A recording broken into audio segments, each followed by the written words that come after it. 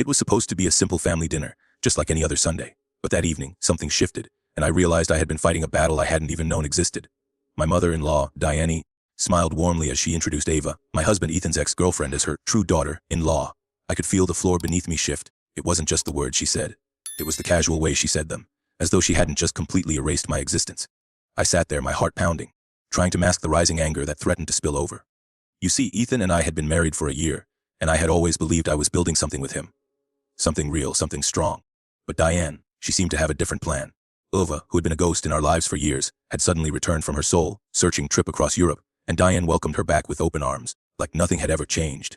It didn't matter that Ethan had moved on, that we were building a life together. No, in Diane's eyes, Ava was still the one who had been there before me, and it seemed like she never wanted to let go. At first, I tried to ignore it. I told myself it was just a phase, but as the weeks passed and Ava began to show up at every family event, Easter, Memorial Day, even Thanksgiving, while I was barely acknowledged, something inside me snapped.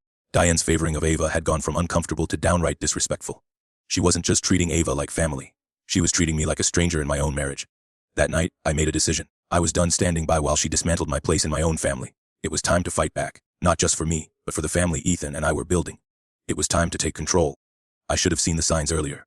But when you're in love, you don't always notice the small cracks forming beneath the surface. It all started when Ava came back into Ethan's life after a year of being gone. She had gone off to Europe to find herself, and I had thought that chapter in Ethan's life was closed, until she came back. At first, I tried to be understanding. I knew that they had a long history together, 6 years to be exact. But what I didn't expect was the way Diane, my mother-in-law, reacted. She was thrilled to see Ava again, almost too thrilled. And when she invited her over to dinner without so much as telling me beforehand, I should have known this wasn't just about friendship. Ethan was clearly uncomfortable, but Diane, in her usual fashion, swept it under the rug, making it seem like everything was perfectly fine.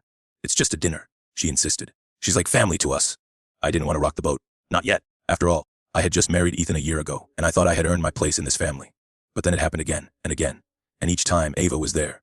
At every family event, Diane would make sure to invite her. It was as if my presence didn't matter. Diane would introduce me as Ethan's wife. Nothing more, no warmth, no connection, just a label. Meanwhile, she'd beam at Ava and call her family.